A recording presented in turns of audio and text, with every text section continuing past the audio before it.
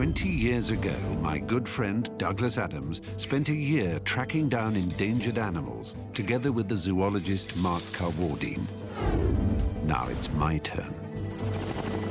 Mark and I are heading off to find out exactly what happened to those species that he had seen dangling on the edge of extinction 2 decades ago. It promises to be exhausting, exhilarating, unbelievable, exasperating. But I wouldn't miss it for the world.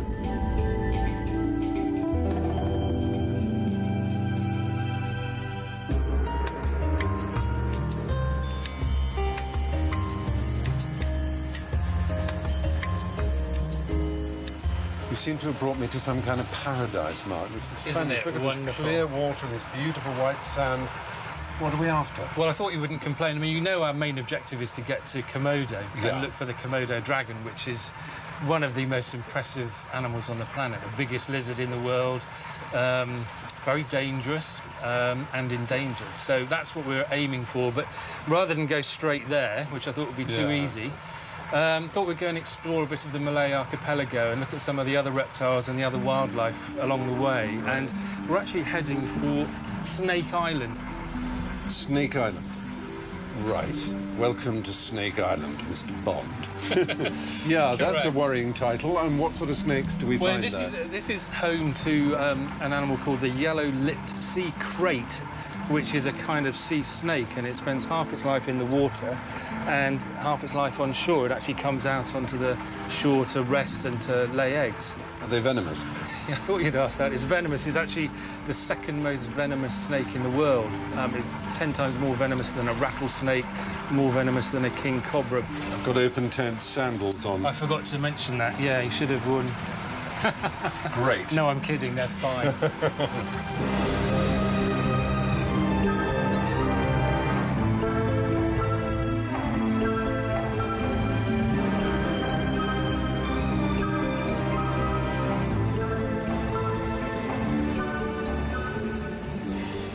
The sea kraits are just one of the many creatures that thrive in the marginal world that exists between sea and land, which is so widespread throughout the islands that make up Malaysia and Indonesia.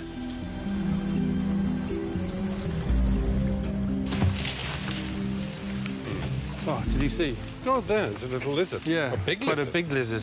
What kind? That was a water monitor. A water monitor. It sounds like a job at school. It does, Today actually. you'll be water monitor. That was quite big. It's a slightly weaker version of milk monitor. Oh, careful, Oh, careful. my God. Oh, my... Wow, That's a sea snake? look at that. That's a good size one, isn't it? Yep. Oh, you're not going to handle it. Oh, my God, you are. So I can catch it there. Careful. Oh, my goodness. Martin, you are This is very a- brave. Mark told me this is possibly the second most venomous snake in the world. Yep. God, look at that. Gorgeous markings. Lovely. I was just going to say Because that. it's also called the banded sea crate. You can see why, Yeah, all those yeah. dark bands across the body. It's lovely. Speckled band. What's amazing about it is it spends most of its time out at sea, doesn't it? Out in the ocean. It can dive and hold its Yeah. breath for up to 2 hours, holding its Yes. breath. Good Lord. They'll come on land for mating also. Mm-hmm. Yeah. And lays their eggs. Is this a female, this one? Yeah, normally the female is bigger than the male. Right. Okay, so I'm gonna release it, Yeah, yeah? we should release it, shouldn't we? Where are we going to do that? I'm just gonna release it here. Back to the same spot we found it.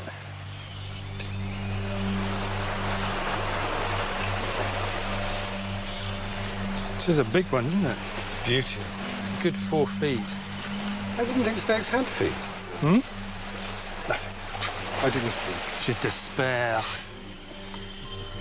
On our journey through the archipelago, we'll be discovering more fascinating species who've adapted to this marine and terrestrial existence, but whose habitat is under increasing threat from human activity.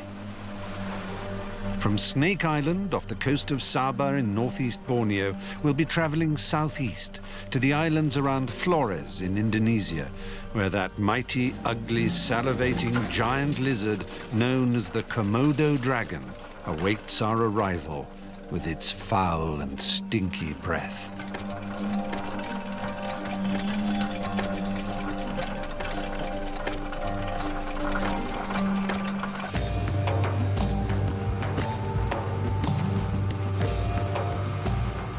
After the fleeting glimpse of the water monitor, Mark is keen to show me more of these reptiles who so closely resemble the Komodos. They're much smaller than the dragons, and unlike the Komodos, extremely successful, having colonized practically every island of the archipelago. Got to take pictures of it.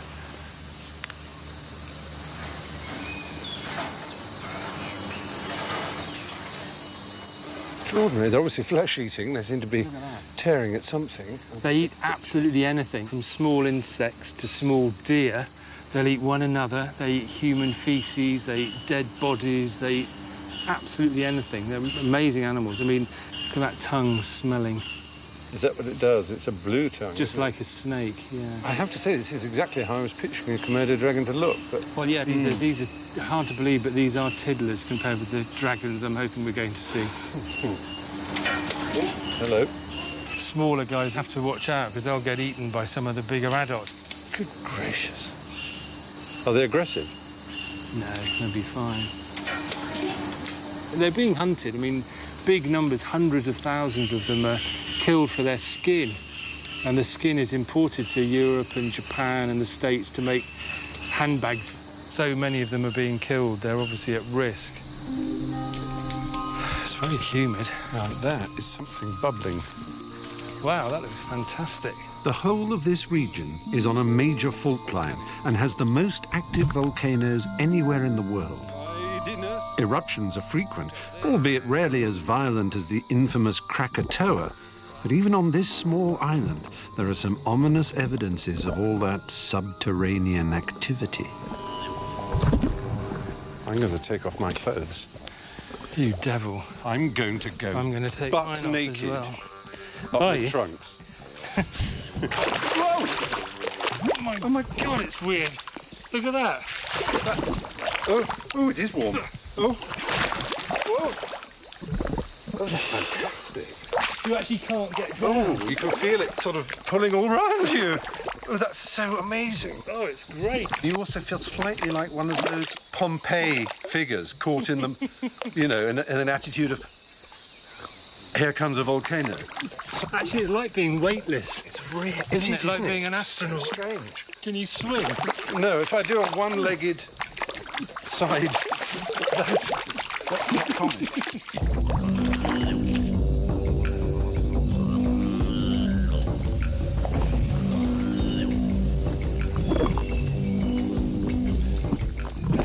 For the next time. Part of the entire.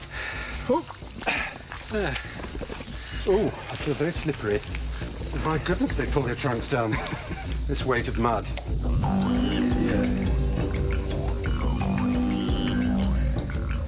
Muddy but oh so thoroughly cleansed after our ad hoc spa treatment, we head to the beach. But at the liminal zone between the sea and land, we find a curious species which has cunningly adapted to this habitat. Look, more mud. With little creatures on Hey, it. look at these. These are mud skippers. They're fish, can you believe? What? That actually come out of the water, and they've got fins like other fish, but they use their tails. They curl their tails around and use them like springs, and then leap and skip across why? the mud. Is it food up here, or mating, or what do they do? Oh, they come out of the. They spend most of their time out of the water. Actually, they breed in the water. They have little tunnels that they make out of mud that are underwater, and they do all their sort of social activities on the mud like this. So in the breeding season, the males will suddenly leap up in the air and do backflips and try and impress the females. And if the female likes the look of the male, he'll then get her into his little tunnel, and she'll lay eggs, and he'll, fertilise the eggs. So would it be fanciful to regard these as a sort of missing link? Is this how the first land animals moved from the sea to the land and became reptiles? Well, it's interesting to look at them to learn a bit about how it might have happened. They're not actually related directly any more than any other fish to the original animals that came out. I mean, that happened, 65 million years ago when fish started walking on land, and these are doing the same thing. Right. So they're interesting from that point of view. Look at that one. Did you see that one just leap? Fantastic. We should get in the water and wash off. I think, frankly, let's see. Thalassa.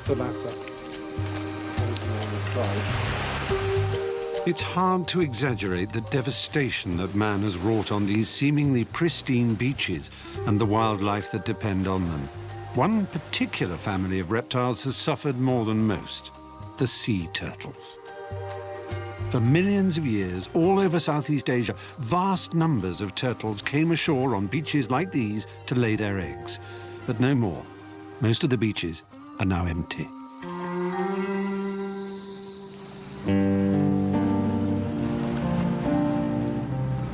However, a few hundred miles to the east on Pulau Selingan, evidence of the turtles' nests pockmark the beach. Remarkably, 20 years after being born here, the female turtles return to exactly the same beach to lay their eggs. So the eggs are down there somewhere, and they're probably a good, half a metre to 80 centimetres underneath your feet. Dr. Nick Pilcher has spent his career studying the turtles around these shores and has been actively involved alongside Sabah National Parks with a major conservation program here. Egg poaching, hunting for their meat and shells, and drowning in fishing nets has led to a dramatic collapse in their numbers in spite of their protected status. To increase the remaining hatchling survival rate, which at best is less than 1% in the wild, Nick and the park rangers patrol the beaches and collect the eggs to put into a hatchery. Every night in the nesting season, up to a score of turtles will come ashore here to lay between 70 and 120 eggs each. Oh, look, you can see them they just come one after the other. They look like table tennis balls, don't they? Oh, look, there they are, yes. Actually, the ranger has to get the rest of the eggs out of this nest. So where is it? There he comes. Goodness me. That's extraordinary, isn't it? It's another example of how the act of conservation is almost exactly the same as the act of poaching. Isn't it? Yeah. What we're doing here for good Is used to be done by people to take the eggs to steal them for food. Yes. Absolutely. Do you want to try and reach in and grab some? So what do I do? Just Right, lean just put in? one hand down behind her flipper there. Now you can reach in. Try not to touch her tail. Oops, got one. Okay. You're going to try and grab them all out before she finishes laying. There's another one there, it's hard. Can I feel it? Yeah, look at that. Oh, it's warm and heavy. Yeah, that's it. But what's interesting is that you can make a little dimple in it. Notice that? It's a little bit flexible. Oh, yes. Right? And that gives it a little bit of play when it falls into the nest. And there it is. I can't see anything through the light. I can't see a shape. They don't get any fresher than these. How many was that? 95 total. That's a good number. No, she's starting to cover it up. Right. Now, notice She thinks the eggs she are still thinks there. the eggs are still there. Yeah. So she's going to cover this up just like it was any other nest. She's being extremely careful about how she puts her weight down. All the eggs are being kept in a sort of inner dome, as it were, and then the looser sand will get... Exactly. It is more sophisticated than just filling the hole with sand. Isn't it? She's building a whole shape around it. The other thing that's interesting to see is she's using her front flippers throwing sand To backfill. backwards. Wow. Oh, You getting pick up showered that, in and sand you've got- straight in your face. Yes, it was. Extraordinary. There's a lot of power in those flippers. Yeah. I'm gradually disappearing. Yeah. There you go. Look at you. So when she starts heading towards the sea, is she going towards the sound of the sea or the lights? She's actually going to follow the slope of the beach, possibly somewhat the sound of the waves. She's going really quickly now. Look at that. Yeah, Look at the speed she can of her. smell it. She's so happy to be back. Well done, Mother. Good job done. Well done. Some of the great themes in nature, the power of maternity and the power of instinct and the fitness for purpose, all come together in the turtle, almost like no other animal. For me, it's that fitness of purpose. Hundreds of millions of years. Are there still lots of mysteries surrounding sea turtles? Still lots of unanswered questions? Absolutely. Look, we know what happens to them when they go into the sea. We understand a lot about this magnetic orientation, but how do they make it back? Yeah. And then you stop and think about that, and you go, well, who told them they should come back here? Yeah. And while it's natural and there's a homing instinct, how is that homing instinct derived? How do they even do it? That's fantastic. That was one of the great evenings of my life. I get to do this on a daily basis. Yeah.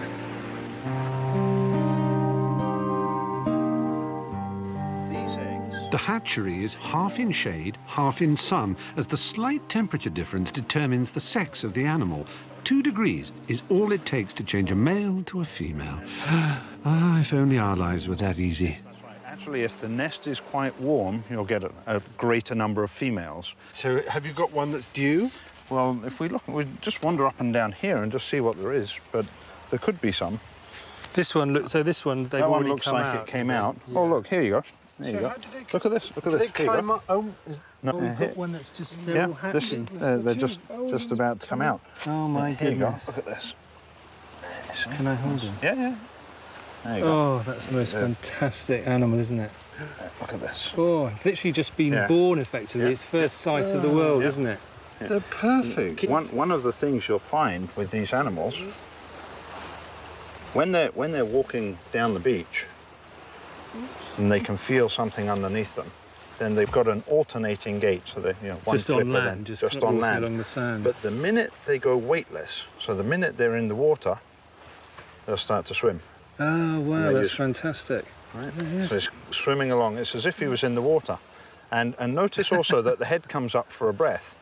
Oh, Just it's all like it would. automatic. Look at that. See, the head's coming up for a breath as if it was in the water. Oh, look, there are more down there. Right. They're all there's- coming out. Yeah, They're they're getting all, ready. all Oh, coming my out. goodness. Once This some one of back. them start to move, that's the message The to the ones signal. underneath. Come on, guys, let's come out and go and see the beach. Let's put this one back with this Yeah. one. Swarm of them. Does it say how many eggs Well, there were in that there tub? were 81 eggs. That's very healthy, extremely healthy. Let's get these guys out to the ocean rather than keep them waiting around. Yes, please. Fantastic. Yes.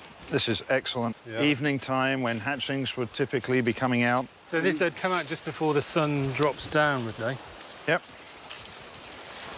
I think this is a good enough spot to let them go.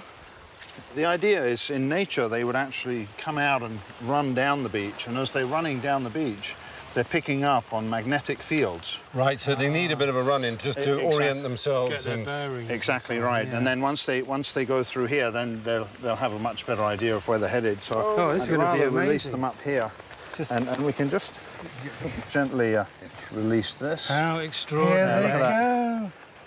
Oh my goodness, I can take this. And notice one thing, that they're headed straight towards the brightest spot. They are, aren't they? Straight Where for the sun. Straight where the sun. That is the most incredible sight. Fantastic. Look at them. Private camp. Look at him. They're desperate.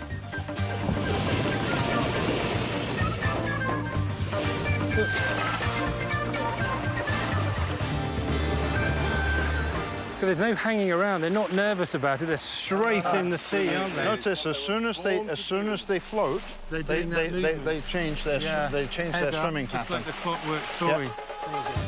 Hey, look, there's one last one up here. Look, Stephen. Oh, yes. Come on. Come on, you.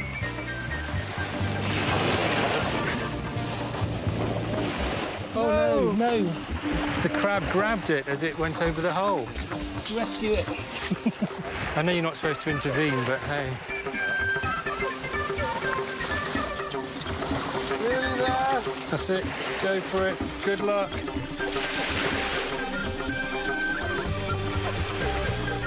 Yeah, made for the water. Oh, that's fantastic. I've never seen anything quite so magical in all my life. I know that's one of the best wildlife things I've seen. 20, 25 years from now, hopefully she'll be Long- back laying eggs if she's a girl.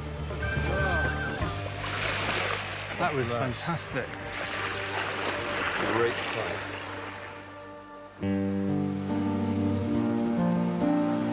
"200 miles to the south, on the border with Indonesia and the Philippines, we're to get a chance to see the adult turtles in their natural habitat. Okay, see you at there.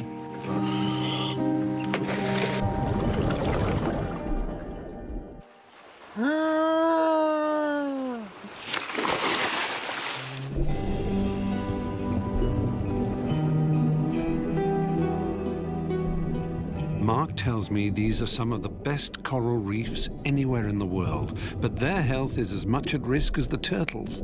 Dynamite and cyanide fishing, the pet trade, and global warming are such serious threats to the reefs and all that are dependent on them, it's feared they may be extinct within 50 years. But it's hard to imagine that now as I gaze in wonder at the grace and beauty of the turtles in their weightless world.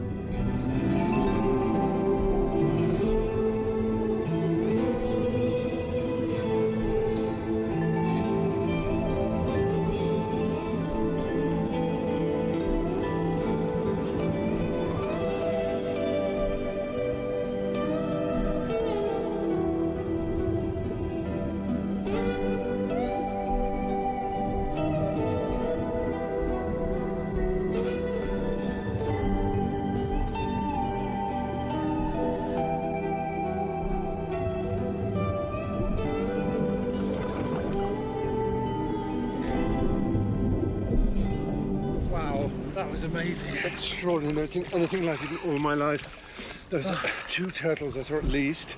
Yeah. So Well, 2 graceful together, and weren't they? beautiful. That Sort was of lovely. easy strokes of those amazing flippers.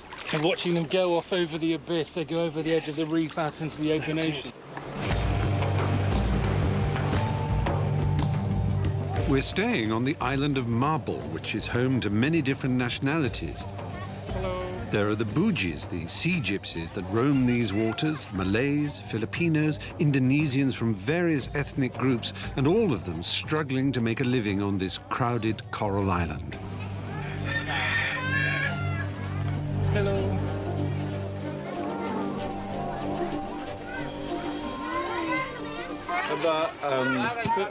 Sprite? Sprite. Dua. Terima kasih. Thank you. There you go.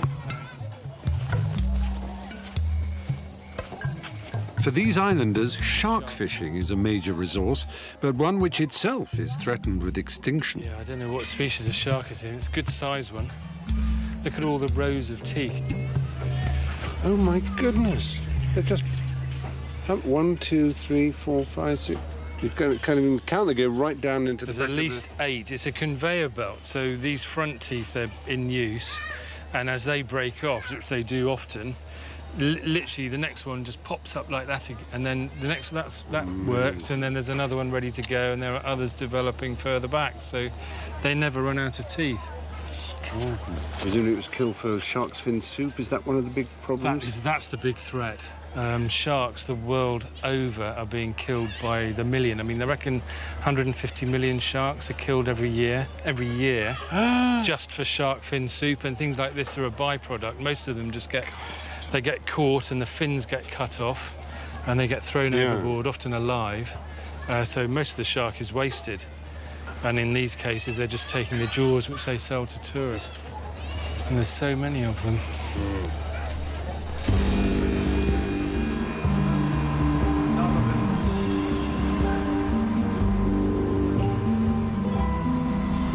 There are other endangered species nearby.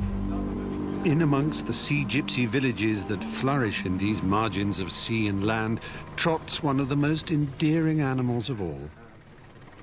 Ouch. Good. That's the first stage, complete.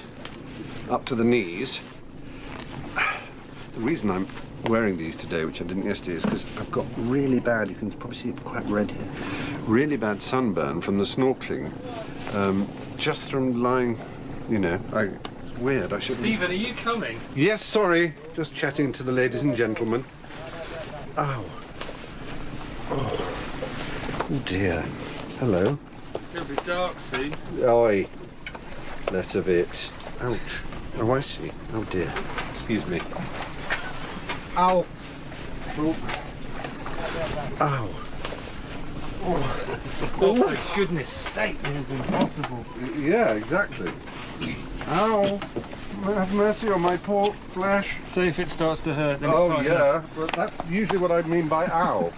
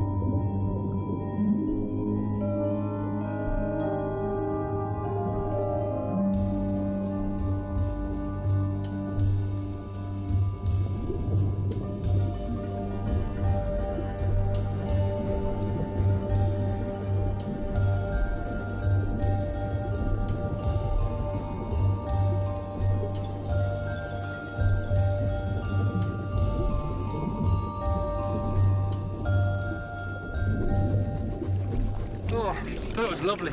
That's really good. We're lucky to see one because they're so well camouflaged, aren't they? They really are. It's fascinating when they stretch themselves out. They become like almost like a caterpillar.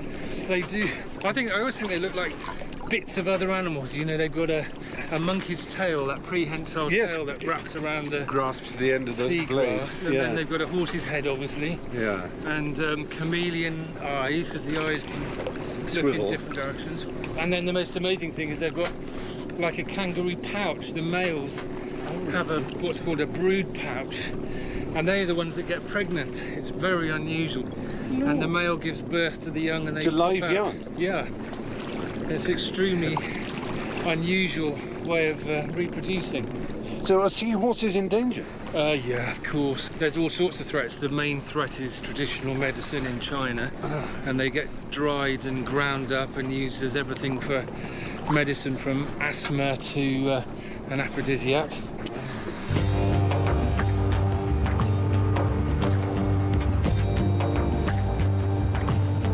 Thank you.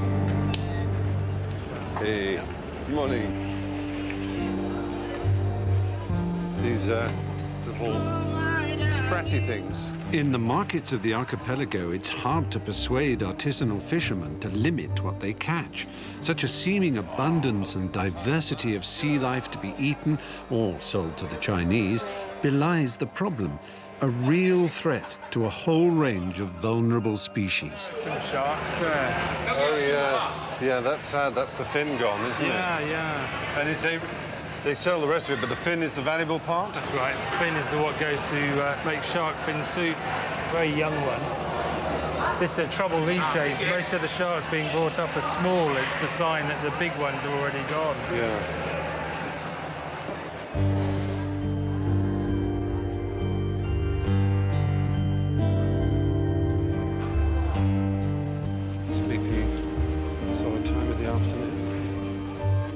The trade in shark's fins, seahorses and other unappetizing sea creatures is thriving, in spite of the evidence that they're fast disappearing. Goodness me. What an extraordinary collection of stuff. Are those are These are sea cucumbers, aren't they? Which they use in a soup. Literally millions of sea cucumbers are collected from the wild around the world. They look like sort of ossified turds, to be honest. Shark fins. And they're all dried, ready to go. And look, there's seahorses. Oh, goodness.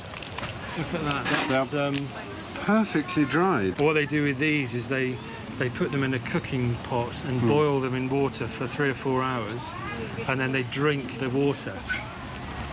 Very, very popular, and millions of seahorses are traded around the world just for that. That's a tonic. But there's several dozen different animal products that are being traded for Chinese medicine. Things like tiger penises, rhino horns, and it's such a huge volume. Yeah. When you think 1.5 billion people believing in this kind of medicine, demanding the products, you know, one of the key goals for conservation in years to come is to educate people in the Far East not to buy these products. And that, if you can get rid of that demand, then you start to solve the problem on the ground.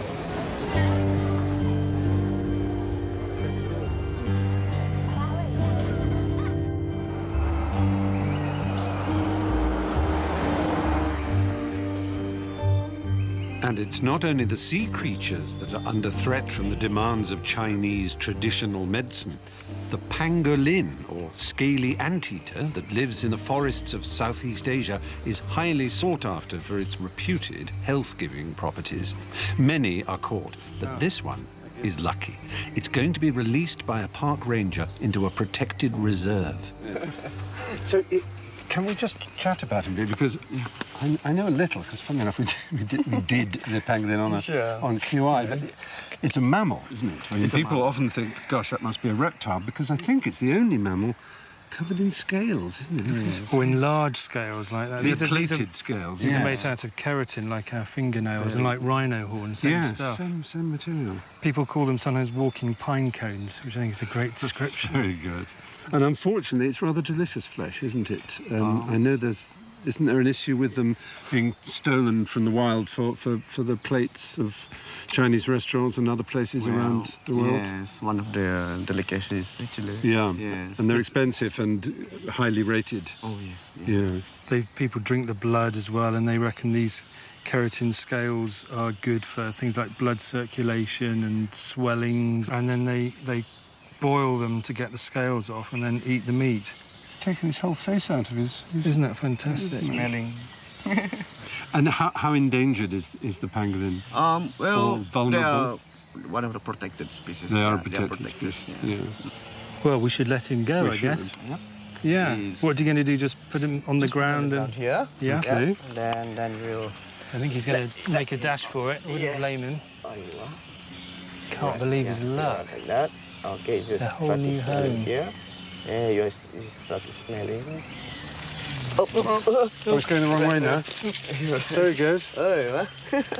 There he goes. There you are. They find it hard to walk because of those big claws. Of course, they have to walk with he's the going up a claws. tree. Oh, look at climbing that. up. There you are. Wow. That's where the claws come in handy as well. Oops. Reasonably in handy. That's See better. that? Oh. Got the hang of it now. Wow, that's fantastic, isn't it? Splendid. Well Great. done. Goodbye, pangolin. Well, that was a great success. Yeah. Thank you very much.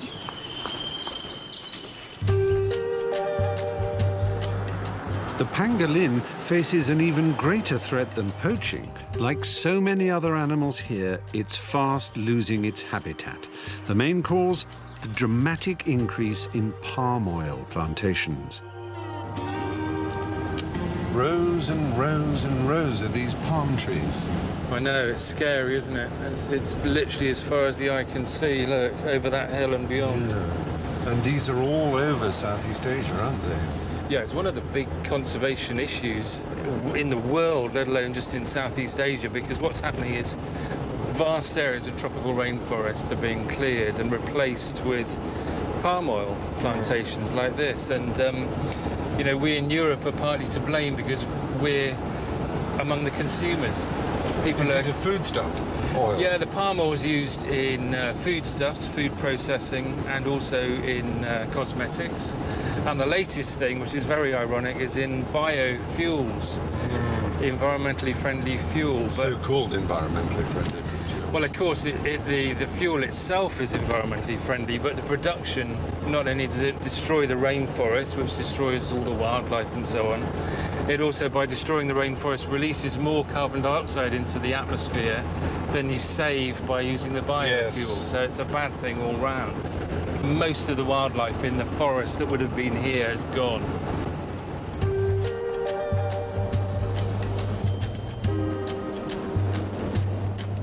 Palm oil has caused the destruction of much of Borneo's rainforest. But it's also the mangroves, those amazing trees that spend half their life in the sea, that are equally at risk, along with the species that they nurture. One of the most endangered is also one of the most ridiculous looking, the aptly named proboscis monkey.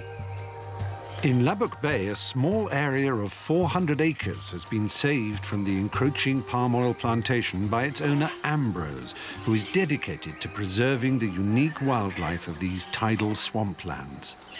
What happened, so when we're here, so looking at the monkeys, they're all around here. Now, we feel that it's not fair to destroy their habitat. No, quite. Yeah, I mean, after sometimes we're thinking about this, studying all the pros and cons, in the end we said, look, we have to protect them. So it's one little island, though, with all around is palm, and this one pass, because you have it, it's private land. Yes, so you can do what you like with Oh, it. yes, this is all private property. Right. Yeah. And you've So- turned it into a sanctuary for Right. all, I mean, not just the monkeys, the proboscis and the Yes, and silverleaf. any other thing, because we also want to protect the mangrove. Yeah. Knowing well that we need to have the mangrove. And I say from this sanctuary, I think we are the leaders. Yes. Yeah, we make the first move. Right. You see? So hopefully the rest of all these big players in the plantation will also follow suit. Seeing them in profile there, you know, the Indonesians used to call them Dutch monkeys because There was a bit of a dig at the old Dutch settlers because of their big pot bellies and, of course, their big red noses. It's hilarious. You can see it, can't you? You can. Also, there's something about the noise then. Reminds me of lunchtime at the Garrick Club. So, well, they've given him a period. What's he ever done? Nothing. Ridiculous. Oh, I see from my paper that you're dead.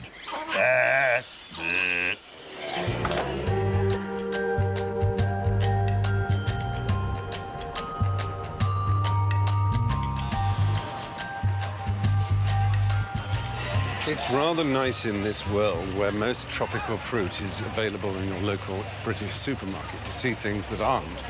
And this is something I have long wanted to try.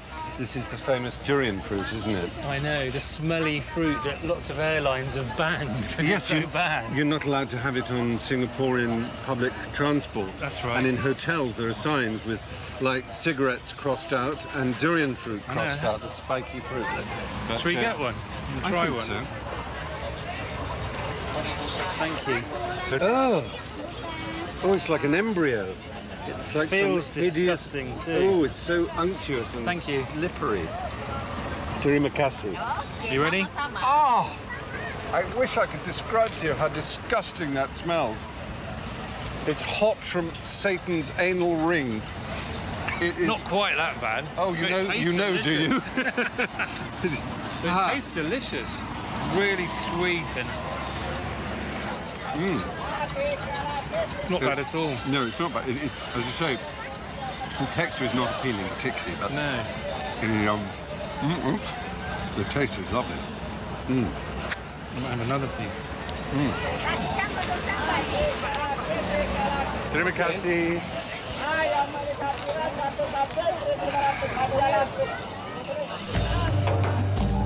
As there are no direct flights from Borneo to our next destination, the Komodo Islands, we need to do a spot of island hopping. Our first waypoint is the island of Bali.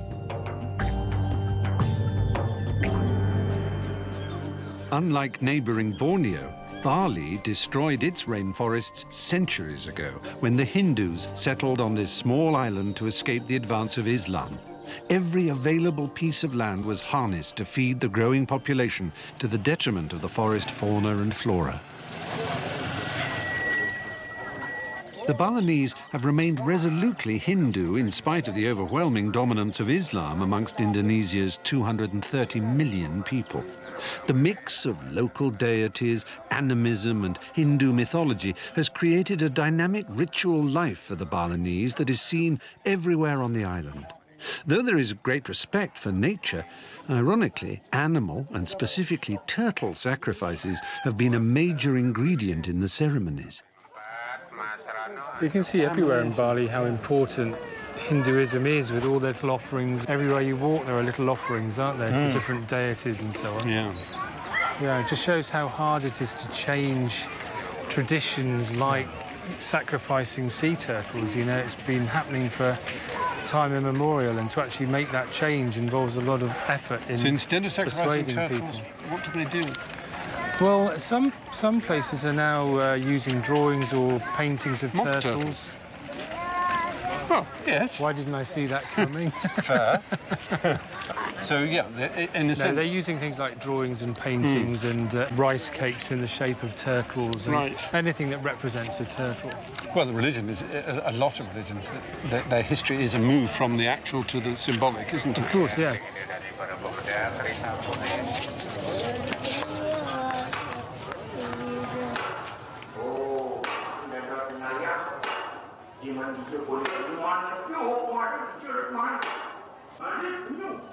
The evening entertainment in the temple grounds is the traditional shadow play, with a plot involving gods, demons and fallible humans, as well as a fleeting glimpse of a Komodo dragon.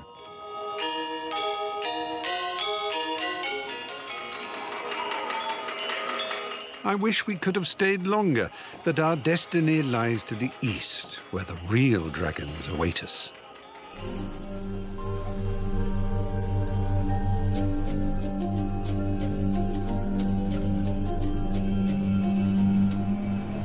Laban Baju is the main port on the island of Flores, and where we'll find our boat to the islands where the dragons live. In the 20 years since Mark and Douglas came here, the 5 islands that make up the main Komodo habitat have become a national park and a popular destination for the intrepid traveller. It's a rather nice town, this, isn't it? Has it changed much since you were here with Douglas? Oh, God, yeah, it's so different. Can't believe it's the same place. But the islands are marvellous to see, aren't they? They've got that Southeast Asian sort of humpiness that's just very characteristic. They're very different from islands anywhere in the world. That one there is just fantastic. Mark, man killed by Komodo dragons. I'm not making it up. Look. Oh, my goodness. 2 Komodo dragons mauled a fruit picker to death in eastern Indonesia, police and witnesses said yesterday. Oh, the dear. latest in a string of attacks on humans by the world's largest lizard species. That's not good. Well, they are incredibly dangerous animals. I think the most scary thing about them is they have this amazing saliva. The saliva is dripping from their mouths. They have so much of it. It's like a witch's brew of bacteria. And what they do is they don't like tackling the big animals and actually bringing them down. So they'll lie in ambush and they'll leap out and bite a water buffalo or a deer or a horse or some huge prey animal, and then just wait for it to gradually lose strength and get weaker and weaker or die, and then it'll go, and maybe a week later That's we'll about go in the for the kill. creepiest way for an animal to earn a living that I've ever heard of. That's revolting. That's lower than a dung beetle. It's lower than an estate agent or a banker. Creepy as that. We hear that one of the Komodo Park rangers, a man called Pak Mine, was attacked last month while sitting at his desk in the ranger's office on the island of Rincha. He's still recuperating at home. Mine, you had a fight with a Komodo dragon. What happened? The dragon near with my foot, the left, yeah. Oh, my goodness. After bite here, still in my foot, his mouth, so I have to step and then take the right of my foot, put in the body, in the back. To stamp on him, yes. I would like to make a break of the neck of the dragon, Yes. but he more strong, Yeah. more strong, and Even a then young one. I cannot strong for hold him. So the dragons throw down on the floor and strike bite on the hand. Oh, my Right back. goodness. And you have many more scars Yes. here, and your hand all swollen. And then hand, the right one, I make like this. And And calling my friend. Right, so you're Help shouting me. with blood coming Yeah. out of you. Help me, help Yeah. me. Well, this is a warning to us to be careful. Yes.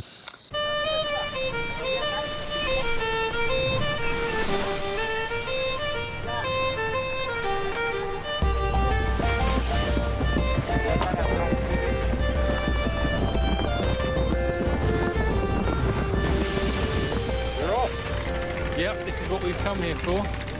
The wind is fair and all is shipshape aboard the good ship Felicia as we set sail for our encounter with the decidedly deadly dragons.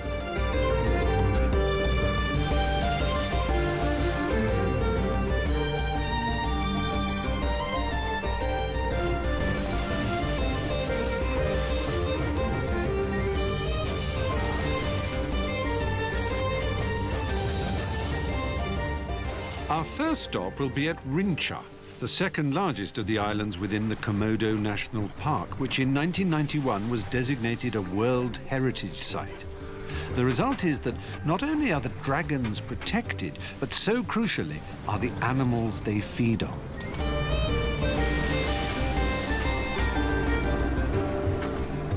Seem to be approaching land. Yeah.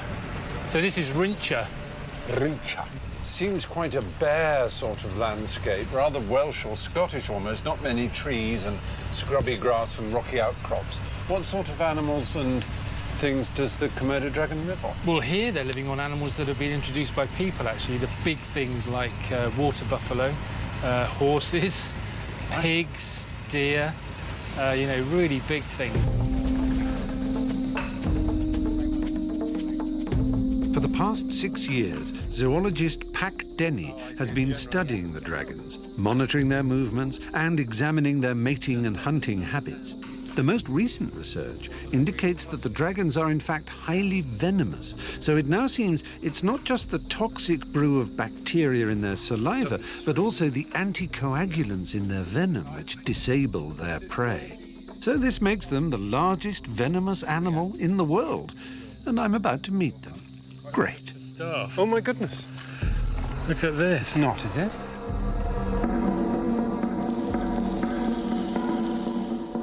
They're huge. That's a really big one, isn't it? My goodness me. How big thought would they you were say lots. that is? This one probably 80 kilograms. Are they aggressive to you? They keep an eye on us. Yeah. Yeah, so we have to be careful. Yeah. You know. But this is where you live. The rangers live here. Yeah. And this is the office where, you know, we were talking Yeah. to Maine yesterday. Maine yesterday. Yeah. That's where he was attacked. Yeah. Yeah, so they There's can... still blood remaining. There's on blood? The, yeah, Oh, on dear. The windows. And they can climb up these steps. Of course. That's why we have to be careful.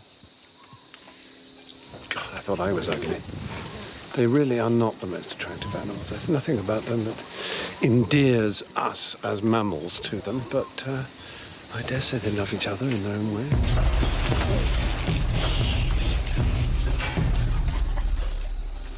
They're so well armed. You've got those amazing claws, like I say, like tiger's talons, a really powerful tail. They can knock an animal as big as a horse and a water buffalo over with, and the shark-like teeth. Who's nuzzling? We could get some gay action going on. How long have you studied and worked with Komodo Since dragons? 2002. This is a strange question. Do you like them? First time, I have to be honest, it's a dangerous species, Yeah. and then I have to be careful, and then I a little bit worry. But after 1 year, 2 years, I try to love my job. Yeah. Do you? Do you now? Yeah, You do. You do. This is the only dragons that live in Indonesia, which is my country. Yes. So And then you're I'm proud of it, Yes. and then it's kind of my pride. Yes. You see all the folds of skin, that's what fascinates me. That's partly so they can expand when they eat. Because they eat huge amounts, don't they? In one sitting, they can eat almost sort of 80% of their own weight in one sitting. And they get really big, obviously, so all those extra bits of skin will stretch out like a big bag. Do they use the tongue to smell? Yeah, it's incredibly clever system because it's the forked tongue, and they can tell which direction the smell is So it's coming like stereo. from. It is smell in stereo. Left channel, right channel. How brilliant. And it's so powerful, they reckon, I mean, I don't know what the latest theory is, but it's many kilometres away. They More can smell more the food. than 4 kilometers. They are as ugly as sin, but like all animals, I suppose they're very good at being themselves. You've got to respect that sort of... the Komodo dragonness of them is so complete, isn't it? When their tongues come out, you can see where the Chinese dragon myth came from, because the tongue is like the fire coming out.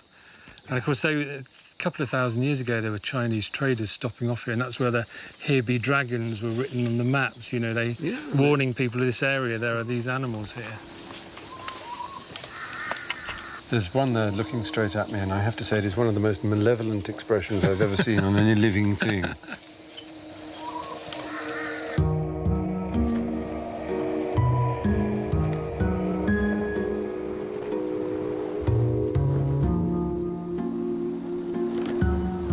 The dragons live cheek by jowl with the rangers, but they also wander throughout the various villages or kampongs on the islands, whose inhabitants now number some 4,000. Be interesting to know what the villagers think of living, as it were, in the shadow of the dragon. Wouldn't it? Yeah, we need to try and find the headman or mayor, or I don't know what you'd call the person in charge of the village here, but it'd be interesting to chat. The kampung commandant. Do you think? Yeah.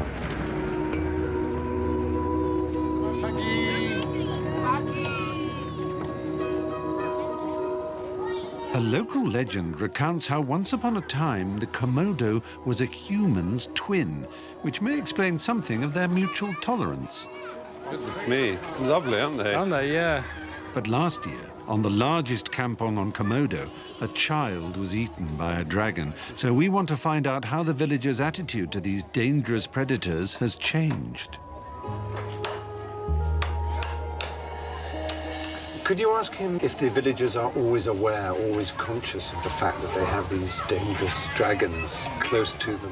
Pak Haji, dia bertanya katanya apakah orang dengan terakhir sekarang dengan ada kejadian before the kids died, it just live in harmony. But right after the kids die, 1 year ago, the people here a little bit careful. They teach the little ones not enter the forest again. And do they like the fact that tourists come to see the dragon? Is that a good thing? Are they welcomed here? Kalau ini senang dengan adanya turis-turis datang ke sini atau gimana? Bahkan lebih senang. Oh, it's happy. They happy about the tourists. They get incomes from the tourists. Yeah. Very good. I detect a certain insouciance towards the dragons, but maybe it's because there's simply no alternative. And maybe to them, killing the dragon would be tantamount to fratricide.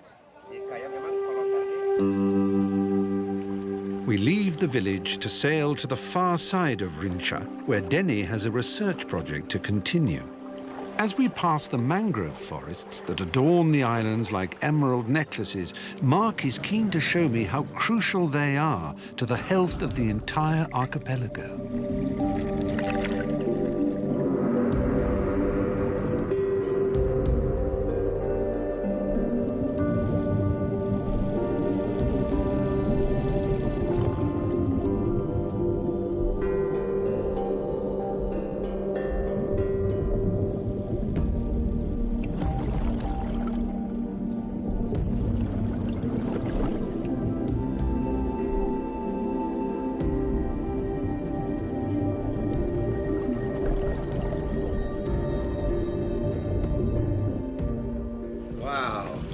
Isn't that incredible?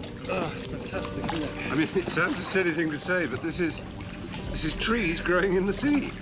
I always think of them as botanical amphibians. Yeah. You know, they sort of got 1 foot on the land and 1 foot in the sea. It's the most extraordinary habitat. Aside from anything else, it's just so beautiful, these kind of wonderful bushy margins to the islands. Oh, I love it. It's great.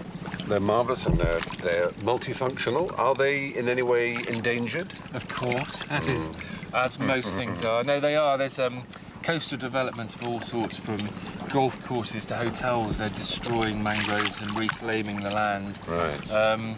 Shrimp farming is one of the main threats. Yes. And of course the other problem is once you've destroyed a habitat, all the other wildlife goes. And you know, we've just seen not just the fish, there are barnacles and oysters and crabs, and there are snakes living in here, and there's all sorts of birds, so they go as well. I forgot to mention. Thanks for telling me.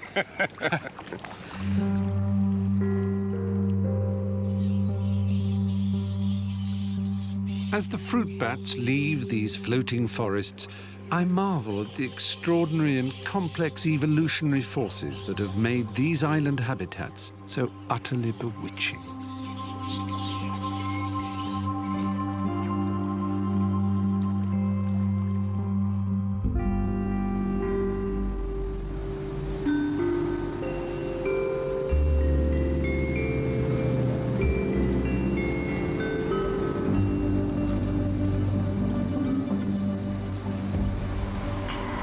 Next morning, the Rincha dragons are blithely unaware of Denny and the rangers' plan. The idea is to trap some of the dragons and tag them with a radio collar so their movements can be tracked over the islands. By doing this, they will have for the first time an accurate census which will be vital in monitoring their survival. But snagging a drooling venomous lizard is no easy matter. Or is it?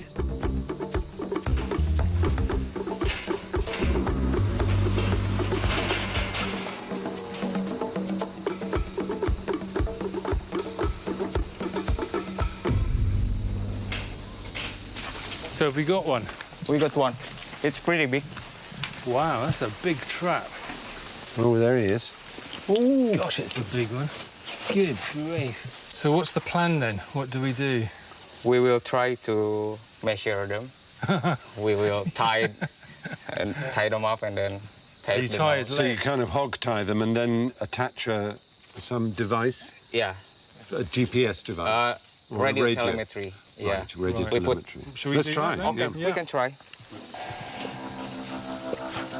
Sebentar. Ah, sip. Oke, baik. Feel it, can't you? Trying to move the tail. It's being hog-tied, or it's like a chicken Yes. when you... Yep, got it. Yeah. Just giving up. Have they not? No, it's a bit like crocodile. Some measurements beginning now. We've got a micrometer. 14.5 Head width, 14.5 centimeter. Yeah. That is amazing. Just follow the line of the line. Yeah, tail. the line. Mark it. In that line. Yeah, 2 2/3 meters. Wow. What's the next stage? The next step is attach the transmitter. Right. We'll see it's probably fit enough to the hips. Harus pasang kita. Oh, yes. That's working. So this is fine tune. Yeah. Okay. Okay. Keep the leg like this. Yes. Even it's already released. Yep. It's a tough animal. And then we release them in the 3 count like that. Okay. 1, 2, 3, and then everybody just go. Right, okay. Ready. Yeah. Got that out. Wait a sec. I've just still got rope on the... Okay. Yep. Okay. Just undoing the tape around the nozzle on the snout. That's it. Got it. Unwind. Move away. Okay, I count. 1, 2, 3. Kenapa tidak dilepas? Tidak apa-apa. Oh, that wasn't so bad. So we can start to track them. Yeah. You don't really need the radio identification when you can see it, but nonetheless. No, we're checking it's working. Yeah, I know. I'm kidding. All good? Good. Yeah? Great.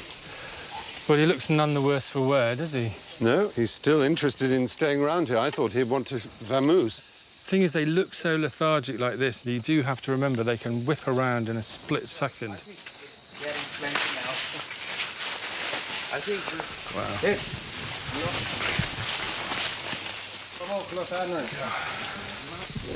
Oh, my goodness. We're sort of surrounded, aren't we? Yeah, there's that one we've just released. 1, 2. Yes. Another one there. Go on. All together. This might be an appropriate moment to adjourn our Fish and Dragon meeting. What do you think? I Shall suppose we, we should. another way of putting it is, shall we get the arse out of here?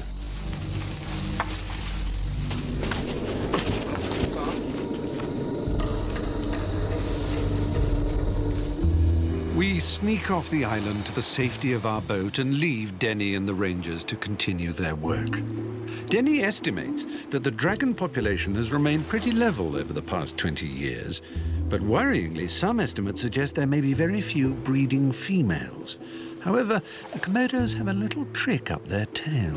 What's interesting is if this was a female and she was out at sea and got washed by currents or riptides or something and landed on another island, she could actually develop eggs and then give birth to young Komodo dragons without a male being anywhere near. They don't have to have the eggs fertilized. It's called parthenogenesis.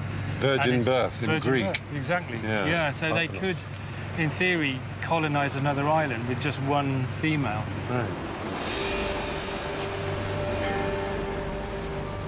For the foreseeable future, the Komodos shouldn't need to use their virgin birthing. The creation of the national park has certainly protected them and their habitat, and in the process, all the other species. Especially those denizens that straddle the sea and land, they have also been helped. Barring some catastrophe, be it fire, flood or plague, with vigilant monitoring, the dragons should survive for years to come in their own small corner of this beautiful archipelago.